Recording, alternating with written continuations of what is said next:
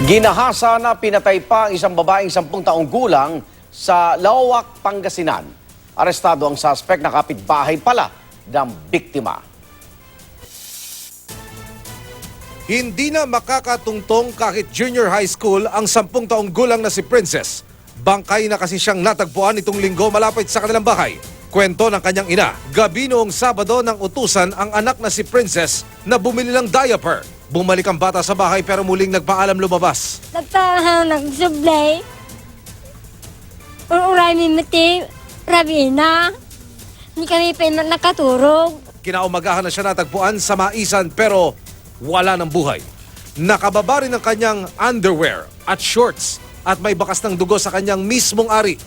Kinumpirma ng mga otoridad na ginahasa si Princess. Nakababa nga po yung underwear niya at namamaga yung ari ng bata. May nagkalat pang dugo sa pinangyarihan ng krimen.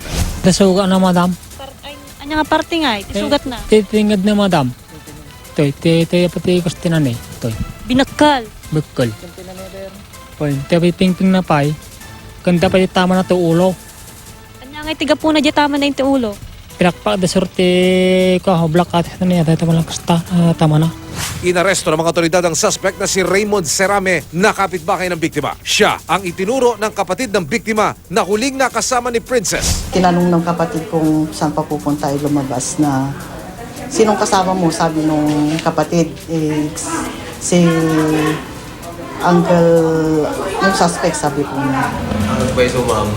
Tatta, hindi kurangan di ikanakan na nakakita ka nung kanya rimar siya karuti kadwa ng mga kakadwali ko. May mesa nga nagawin. Sasampahan ng reklamong rape with homicide si Serame.